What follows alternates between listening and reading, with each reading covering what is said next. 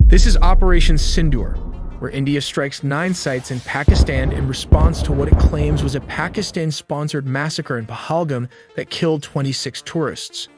To avenge this incident, India reportedly used a mix of advanced weaponry, including the French-made Scalp missile, also known as Storm Shadow, and the Hammer, a precision-guided free-fall bomb.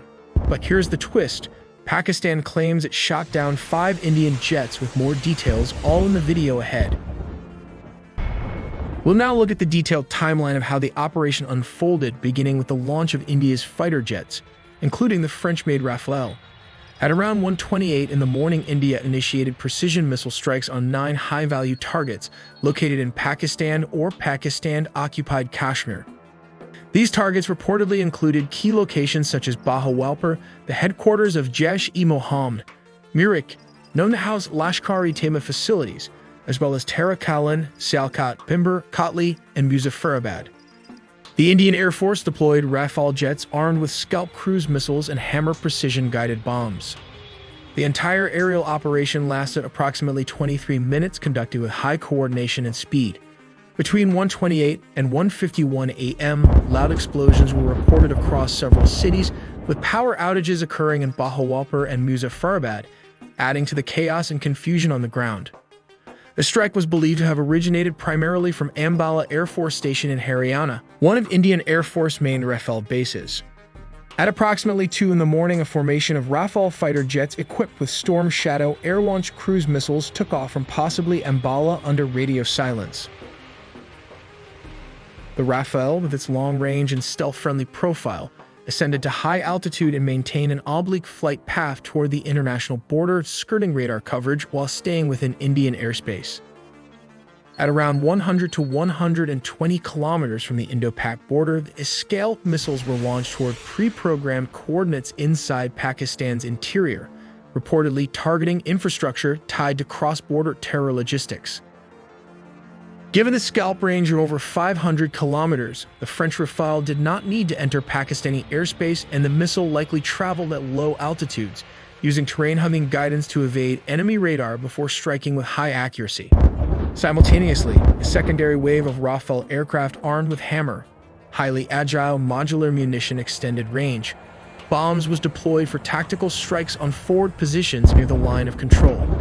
These jets, possibly taking off from Ambala as well or forward operating strips in Jammu, launched the Hammer bombs from a standoff range of approximately 50 to 70 kilometers, targeting bunkers and movement corridors near areas like Kotli and Bhimber.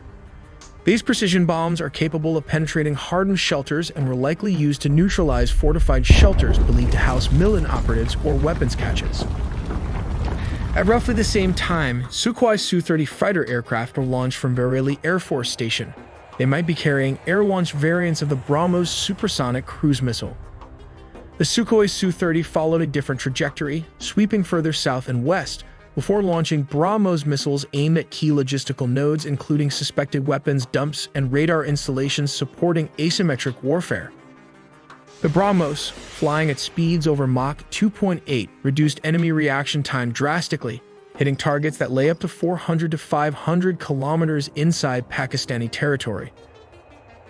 With the Su-30 extended range, the aircraft could complete the mission and return without crossing hostile airspace. In support of these air missions, a network of loitering drones, possibly indigenous ALFAs or Israeli Skystriker units, was deployed from mobile forward launchers near Rajouri and Poonch.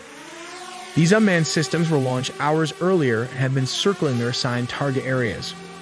Once real-time signals confirmed enemy movement or leadership presence, these kamikaze drones dove on their targets, causing localized but critical damage, particularly to mobile radio stations and a command vehicle convoy reportedly en route to a hardened shelter. Unconfirmed reports emerging from the region suggest that Pakistan mounted a swift and forceful response following a recent escalation, allegedly resulting in the downing of 5 Indian aircraft. According to statements attributed to Pakistani military officials, the assets targeted included 3 Dassault Rafale fighter jets, a Sukhoi Su-30, a Mikoyan MiG-29, and an Israeli-made Heron drone. But before we move ahead, let's take a look at how this French-made Scalp missile works. Storm Shadow missiles can be launched from the Dassault Rafale, the Eurofighter Typhoon, and most recently the MiG-29 or the Su-27 jets, as shown here in the animations. It is a low-observable air-launched cruise missile. Interestingly, the development of the Storm Shadow missile is also known as Scalp EG in France. Comparing this to a person will help you understand its size. Even better, let's compare this to the American cruise missile or the Russian missile. For now, we will look at the step-by-step format of how this works. Aircraft releases the missile. After a few seconds, the missile opens its two wings. It first uses inertial and GPS for guidance at the first stage of the missile. Drops to low cruising altitude and identifies its position using GPS, just like the animation shown here. As you can see, it flies below the radar and close to the hills and ground. This is why the Pakistan Army radar could not detect the Storm Shadow missile. At the final stage, a thermal homing head and a terrain contour matching are used to guide the missiles. This is how it works. It uses the IR sensor imaging infrared seeker to track and process images, helping it glide to its target. It climbs to a higher altitude. This helps the command and control to even monitor the target in the dark using a two-way data link. For the final maneuver, the nose cone is jettisoned to allow a high-resolution thermographic camera or infrared homing to observe the target area. The missile then tries to locate its target based on its preloaded data information. If all is approved, it then dives to destroy the target. But let's take a look at how all this started. According to India, Adil Ahmed Thoker, a local from Bijbehara who had returned from Pakistan, played a key role in guiding the group. Thoker and his associates had crossed into India from Pakistan-occupied Kashmir through the rugged and remote Poonch Rajouri sector of the Line of Control back in October 2024. This sector, known for its difficult terrain, has historically been exploited for illegal crossings. After infiltrating, the group moved covertly through the forested and mountainous routes of Jammu and Kashmir. They carefully avoided detection by sticking to interior tracks and hilly belts, eventually making their way to Anantnag and finally to Pahalgam. The attackers emerged from the dense pine forests surrounding Bazaran Meadow, a beloved tourist destination, and launched their assault, opening fire on the unsuspecting tourists gathered there. Let's look at the detailed timeline of the attack and how the horror unfolds. At around 2:25, survivors reported hearing the first bursts of gunfire while tourists were picnicking or preparing to leave. A brief, eerie silence followed, sowing confusion and fear among the visitors.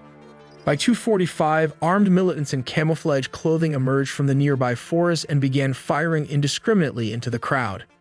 Witnesses describe how the attackers sometimes singled out men, asking if they were Muslims before deciding whether to shoot.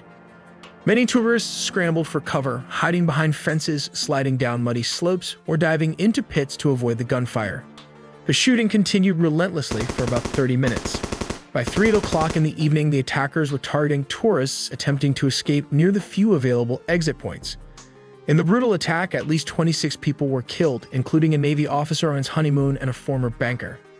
At around 3:40 p.m., Indian Army helicopters arrived overhead, signaling the beginning of a large-scale evacuation operation. Special forces swiftly secured the area by 4 o'clock p.m., escorting the stunned and terrified survivors to safety. In the chaos that followed, the terrorists managed to vanish once again into the surrounding dense forest before security forces could engage them. Eyewitnesses and investigators later reported that the attackers used the forest cover to facilitate their escape, taking full advantage of the rugged topography and natural camouflage offered by the terrain.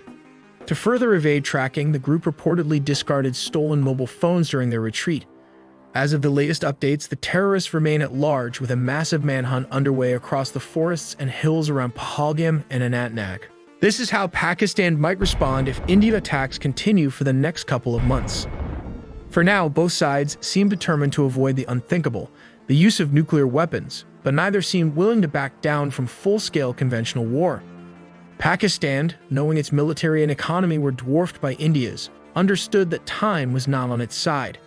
Their generals agreed that if war must come, it had to be fast and brutal. Pakistan's strategy would be simple: strike hard, strike early, seize territory, and force the world to intervene before India could bring its overwhelming strength to bear.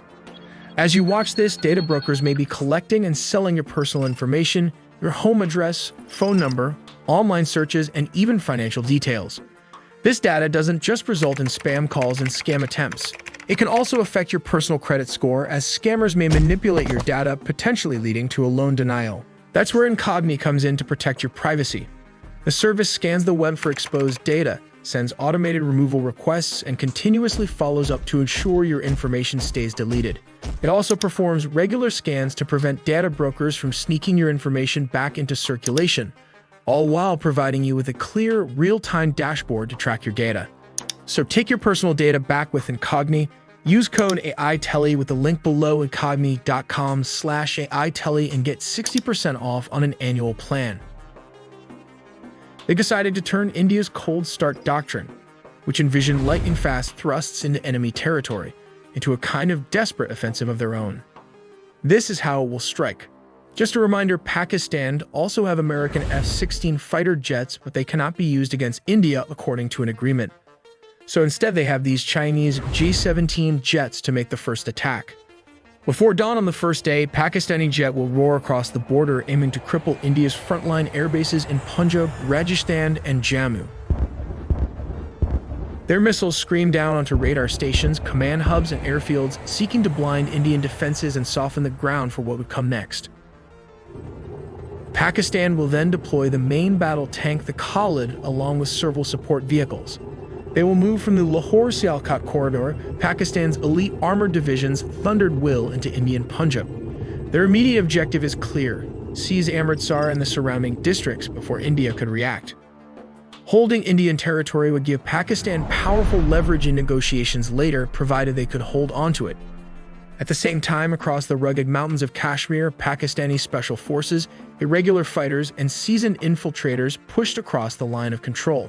Their mission was even more ambitious: sever the vital Jammu-Srinagar highway and isolate the Kashmir Valley from the rest of India.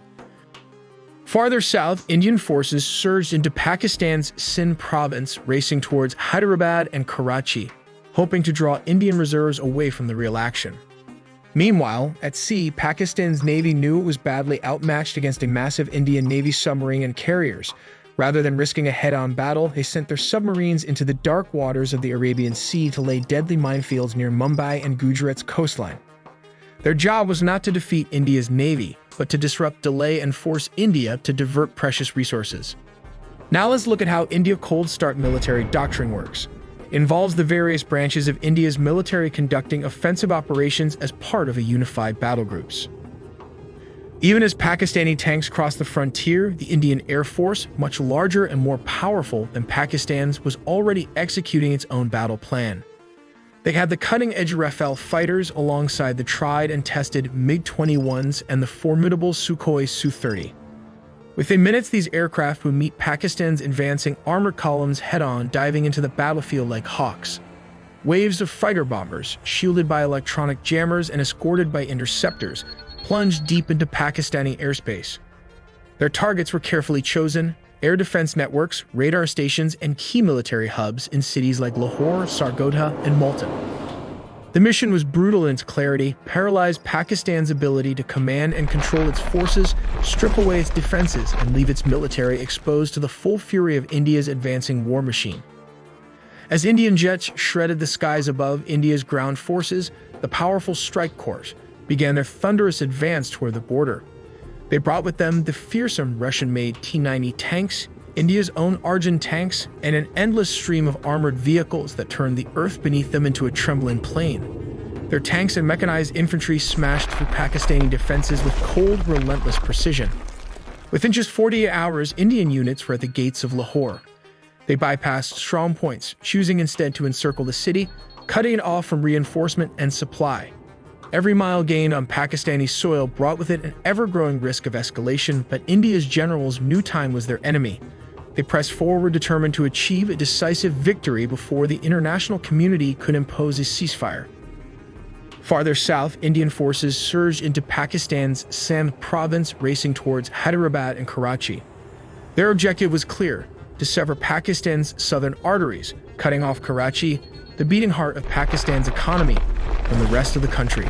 Meanwhile, in Kashmir, Indian forces fought with brutal determination to repel Pakistani infiltrators. Yet they avoided a deep counteroffensive across the line of control, wary that any major territorial gains could provoke Pakistan into crossing its nuclear threshold.